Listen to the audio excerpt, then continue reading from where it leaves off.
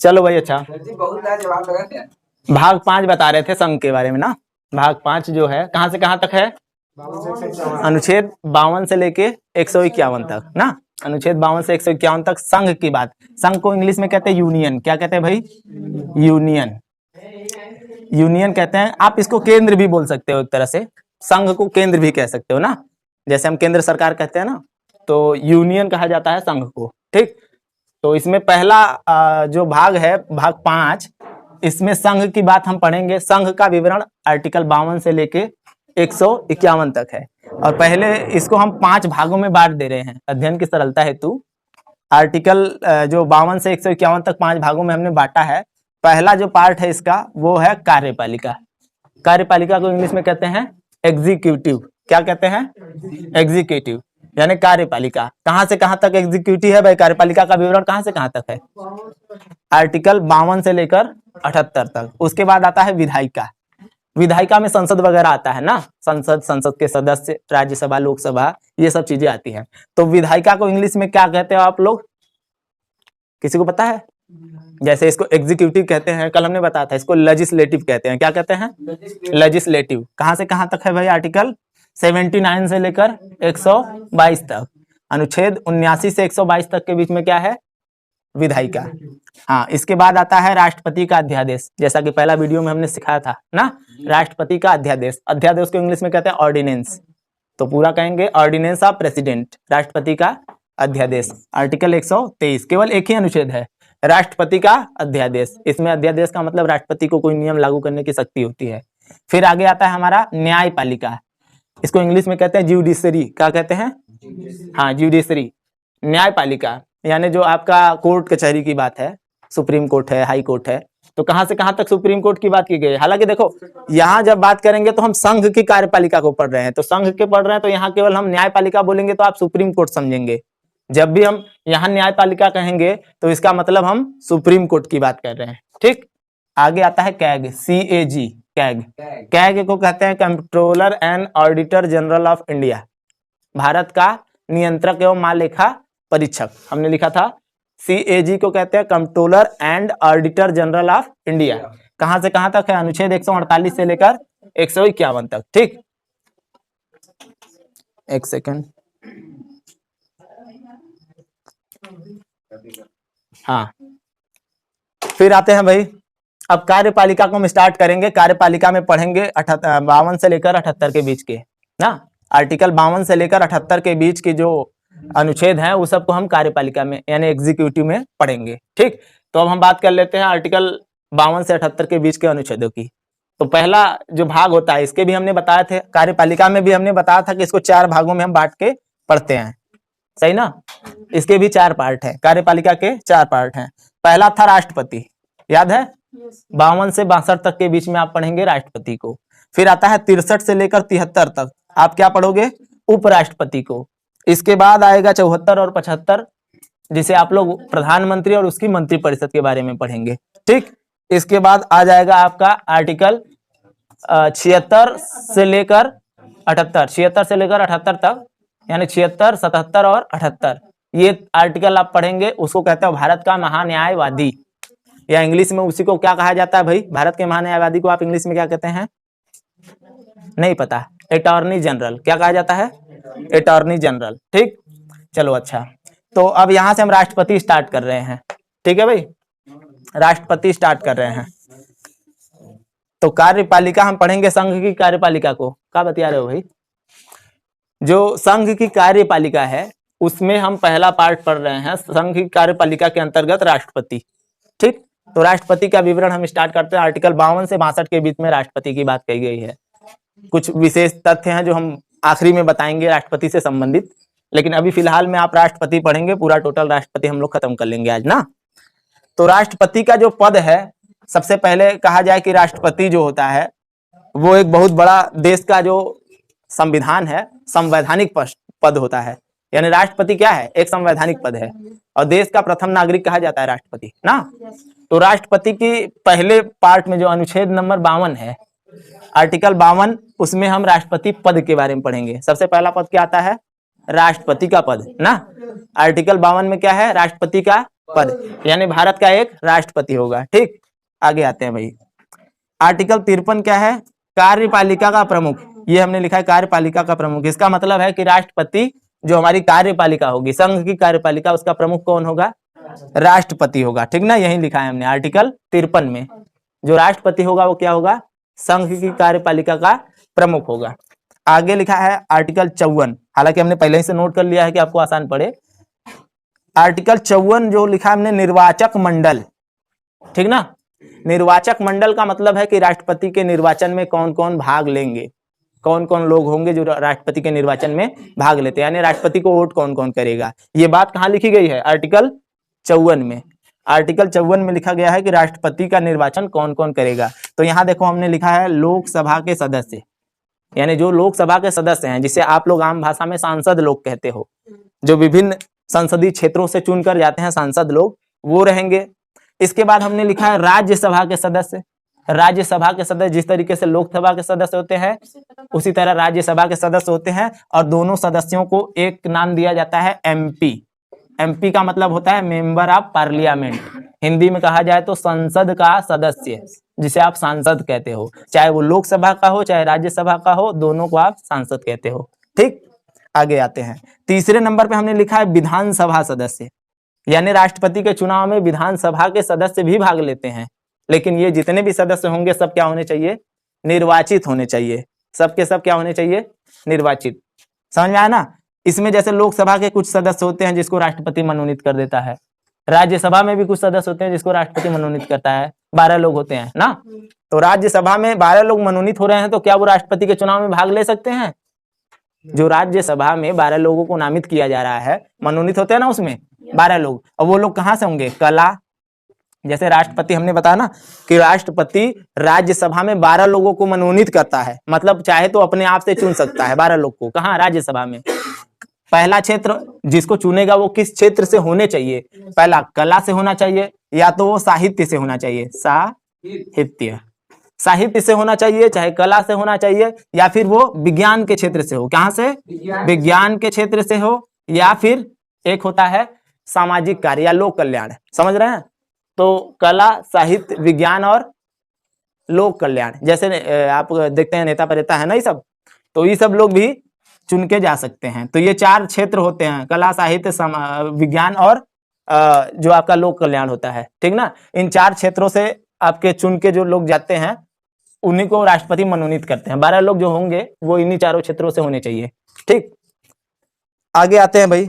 तो ये आपके जितने भी सदस्य हम यहाँ लिखे हैं, लोकसभा के सदस्य हों, चाहे राज्यसभा के सदस्य हों, चाहे विधानसभा के सदस्य हों, ये सब के सब निर्वाचित होने चाहिए, मनोनीत नहीं होने चाहिए। यानी राष्ट्रपति किसी को मनोनीत किया है तो वो लोग राष्ट्रपति के चुनाव में भाग नहीं ले पाएंगे। 2 ऐसी हमारे यहाँ विधानसभाएं हैं, 2 ऐसे यूनियन टेरिटरी है, कहा जाए तो केंद्र शासित प्रदेश ना। 2 ऐसे केंद्र शासित प्रदेश है जहां विधानसभा है। आपको पता होगा वहां मुख्यमंत्री चुने जाते हैं। आमतौर पे देखा जाए तो जो आपके यूटीज होते हैं, यानी आपके केंद्र शासित प्रदेश होते हैं, वहां पे कोई भी आदमी सीएम नहीं होता है। सामान्य रूप से देखा जाए तो वहां सीएम नहीं होता है, वहां राष्ट्रपति द्वारा एक प्रशासक, एडमिनिस्ट्रेटर जिसे आप कहते हो, या फिर उपराज्यपाल कह लेते हो, नामित किए जाते हैं। राष्ट्रपति अपना एक प्रतिनिधि वहां प्रशासक के रूप में, जैसे आप बता देते हो कि वहां का प्रशासक कौन है, मान लो कोई अंडमान निकोबार है तो वहां का प्रशासक होगा कोई, तो इस तरीके से जो प्रशासक होते हैं वो लोग राष्ट्रपति द्वारा नामित करके भेजे जाते हैं। लेकिन 2 ऐसे आपके केंद्र शासित प्रदेश है जहां पे विधानसभा है। कहाँ कहाँ? दिल्ली और पांडिचेरी। विधानसभा होने का मतलब होगा कि भाई वहां विधायक लोग होंगे, यानी एमएलए लोग होंगे, और एमएलए होने का मतलब है कि एमएलए का जो पूर्ण बहुमत वाला एमएलए सरकार होगा, वहां का सीएम भी होगा, है कि नहीं। तो वो ये 2 ऐसी विधानसभाएं हैं जहां विधानसभा है, सॉरी 2 ऐसे केंद्र शासित प्रदेश है जहां क्या है? विधानसभा है। और इस विधानसभा के जो सदस्य होंगे वो भी राष्ट्रपति के चुनाव में भाग लेते हैं। तो अगर देखा जाए तो इतने लोग भाग लेते हैं, और हम एक लाइन में अगर कहें कि राष्ट्रपति के चुनाव में, जो ये 54 में लिखा है कि कौन कौन चुनाव में भाग लेगा राष्ट्रपति के, तो एक लाइन में अगर कहें तो पूरे देश के निर्वाचित एमपी और एमएलए लोग। समझ में आया कि नहीं? पूरे देश के निर्वाचित एमपी और एमएलए, 2 लाइन में बस कह दिया जाए तो। आगे आते हैं। 54 समझ में आया ना सबको? आर्टिकल 54 आप समझ चुके होंगे। अब आते हैं आर्टिकल 55 की बात। निर्वाचन का तरीका हमने लिखा है ना, आर्टिकल 55 में लिखा है निर्वाचन का तरीका, यानी कि प्रधानमंत्री को कैसे चुना जाएगा। भाई निर्वाचक मंडल तो हो गए, कौन कौन भाग लेगा ये सब हो गया। 55 में बताया गया है कि निर्वाचन का तरीका क्या होगा, यानी कि राष्ट्रपति को किस तरीके से आप निर्वाचित करोगे। तो राष्ट्रपति के निर्वाचन का तरीका, ये बात 55 में बताया गया है। और तरीका क्या होता है वो सुन लीजिए। राष्ट्रपति को निर्वाचित करने का तरीका एकल संक्रमणी मत पद्धति होती है, इंग्लिश में कहते हैं single vote transfer system. English में कहते हैं उसको सिंगल वोट ट्रांसफर सिस्टम। मतलब जैसे आप कभी प्रधानी के या विधायकी के इस सब के चुनाव में भाग लेने जाते हैं तो आप देखते हैं कि किसी एक को केवल टिक करके आना है, आपको किसी एक का बटन दबा के आप चले आते हो। लेकिन राष्ट्रपति के चुनाव में अगर जा रहे हो वोट देने, तो वहां पे जितने भी राष्ट्रपति के उम्मीदवार होंगे, मान लो हमने कहा कि 3 उम्मीदवार हैं, ए, बी और सी, ये 3 उम्मीदवार हैं राष्ट्रपति पद के लिए ना। तो आप जाओगे तो आपको तीनों को टिक करना होगा, लेकिन किस आधार पे? वरीयता क्रम पे। कैसे? वरीयता क्रम। इसमें आप बताओगे कि सबसे पहले आप किसको राष्ट्रपति बनाना चाहते हो, तो आप मान लो इसको दे दिए 1 नंबर, इसको दे दिया 2 नंबर और इसको दे दिया 3 नंबर। तो ऐसे ही आप वरीयता क्रम, जैसे आप कभी कभी देखते हो नौकरी में भी आपसे पोस्ट का वरीयता क्रम पूछा जाता है ना, कि जैसे आप एसएससी जीडी का फॉर्म भर दिए तो उसमें पूछा जाता है कि आप बताओ पहले सीएसएफ चाहते हैं कि सीआरपीएफ चाहते हैं। जैसे आप जब क्वालिफाई होंगे तो आप एक वरीयता सूची दिए होंगे कि आपको सबसे पहले कौन सी नौकरी चाहिए इनमें से।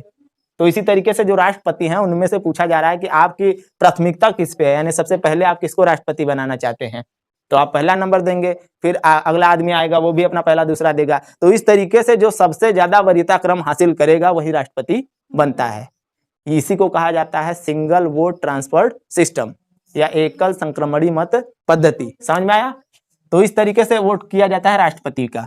जबकि प्रधानमंत्री वगैरह आप लोग देखते हुए हैं कि जब प्रधानमंत्री जो होता है लोकसभा का सदस्य होता है, तो लोकसभा के चुनाव में किसी एक को आप टिक करके आते हो। प्रधानी वगैरह का जो जिला पंचायती या लोकल बॉडीज हैं उनके चुनाव में क्या होता है, केवल एक आदमी को ही आप चुन के आते हो।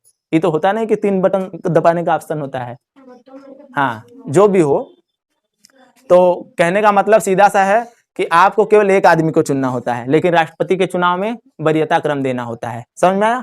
चलो, तो ये आर्टिकल 55 क्या बता रहा है? निर्वाचन का तरीका है, यानी आप राष्ट्रपति को किस तरीके से चुनोगे, ये निर्वाचन का तरीका हो गया। आगे आते हैं आर्टिकल 56 की बात। यहाँ लिखा है हमने अनुच्छेद 56 कार्यकाल किसका भाई? राष्ट्रपति का। राष्ट्रपति पढ़ रहे हो तो राष्ट्रपति का कार्यकाल। तो राष्ट्रपति का कार्यकाल कितने सालों का होता है? यहाँ हमने लिखा है 5 वर्ष। अब हमने लिखा कि राष्ट्रपति का कार्यकाल 5 वर्ष होता है, तो इसका मतलब क्या वो 5 साल रहेंगे, उससे पहले हट नहीं सकते? हट सकते हैं। अगर वो संविधान का वायलेशन कर रहे हैं तो राष्ट्रपति भी 5 साल से पहले हटाया जा सकता है। लेकिन वो राष्ट्रपति अगर संविधान का वायलेशन का मतलब है कि संविधान के अकॉर्डिंग काम न करना, जैसे संविधान में लिखा गया है उसके विरुद्ध अगर काम करोगे तो आप वायलेशन कर रहे हो, तो आपको हटाया जा सकता है। तो जब राष्ट्रपति का कार्यकाल जिस दिन से वो पद धारण करता है तब से लेके 5 सालों तक के लिए उसका कार्यकाल होता है। समझ में आ गया? राष्ट्रपति का कार्यकाल 5 वर्ष का, यानी कि पद धारण करने की तिथि से लेकर 5 साल तक।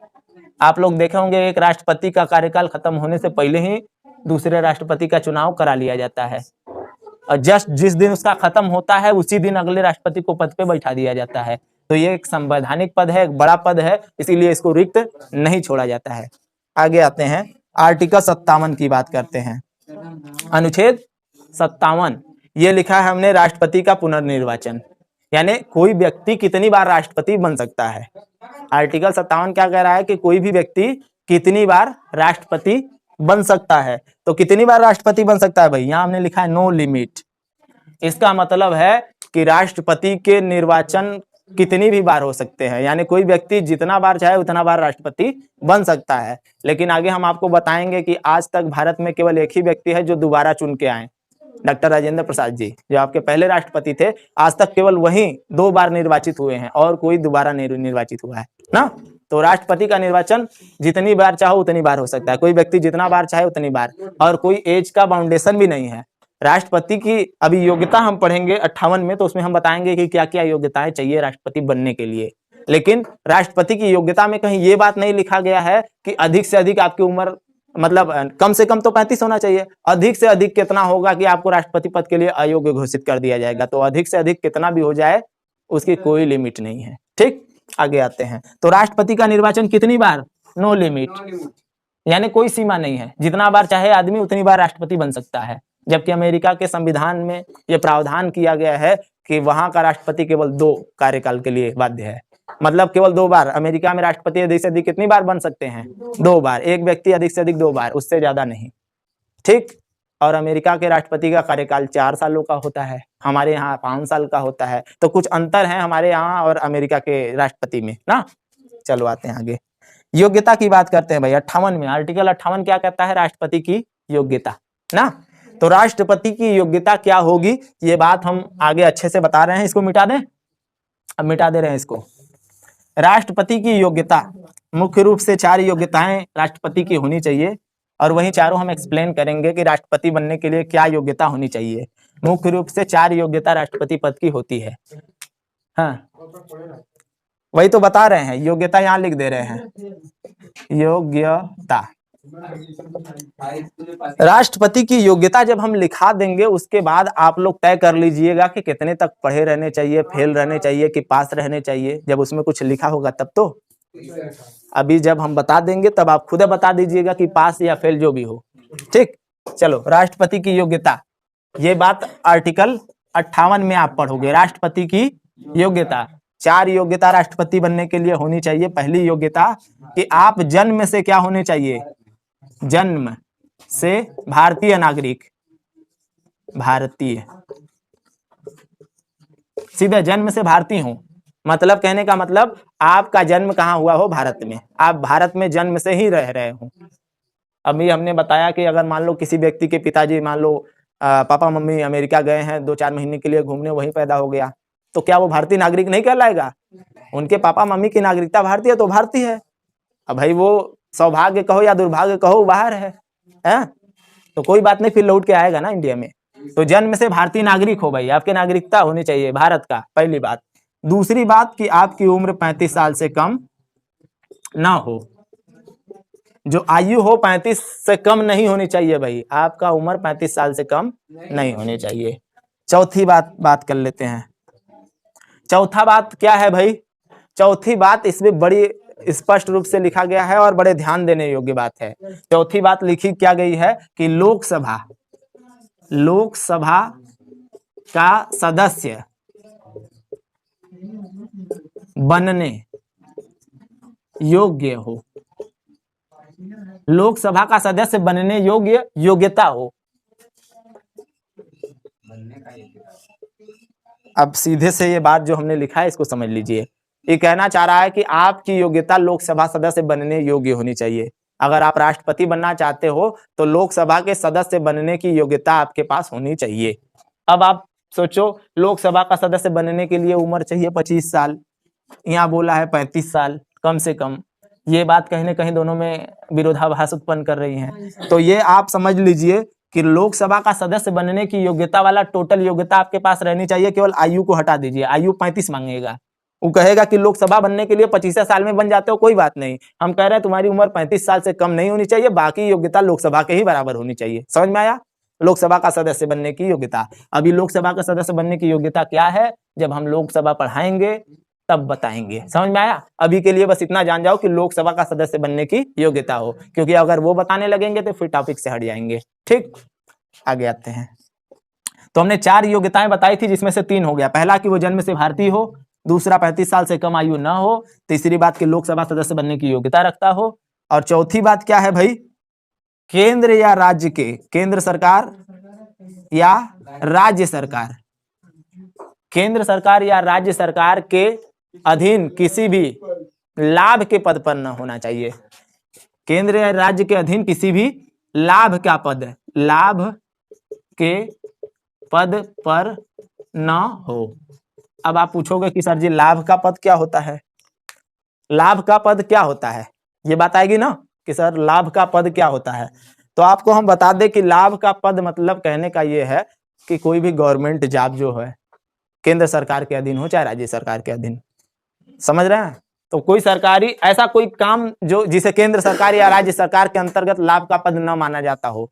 सरकारी नौकरी आप कर रहे हो तो ये लाभ का पद हो गया ना, केंद्र सरकार पैसा दे रही है, राज्य सरकार के अंदर कर रहे हो, राज्य सरकार पैसा दे रही है, तो लाभ का पद हो गया। लेकिन याद रहे कि लाभ के पद में कुछ चीजें नहीं आती हैं। अपवाद क्या है जिसको जिसमें केंद्र सरकार या राज्य सरकार पैसा देती है, लेकिन उसे लाभ का पद नहीं माना जाता है। केंद्र में जैसे राष्ट्रपति, राष्ट्रपति पद पे आप हो तो वो लाभ का पद नहीं माना जाएगा है, हालांकि पैसा तो मिल रहा है, सरकारी पद है कि नहीं भाई, संवैधानिक पद है, केंद्र सरकार का सबसे बड़ा पद है, तो ये कहीं ना कहीं पूरे देश का सबसे बड़ा पद है, तो ये लाभ का ना पद है, पैसा मिलता है भाई। अभी बताएंगे वेतन वेतन कितना राष्ट्रपति को मिलता है ना, तो ये सब बताया जाए।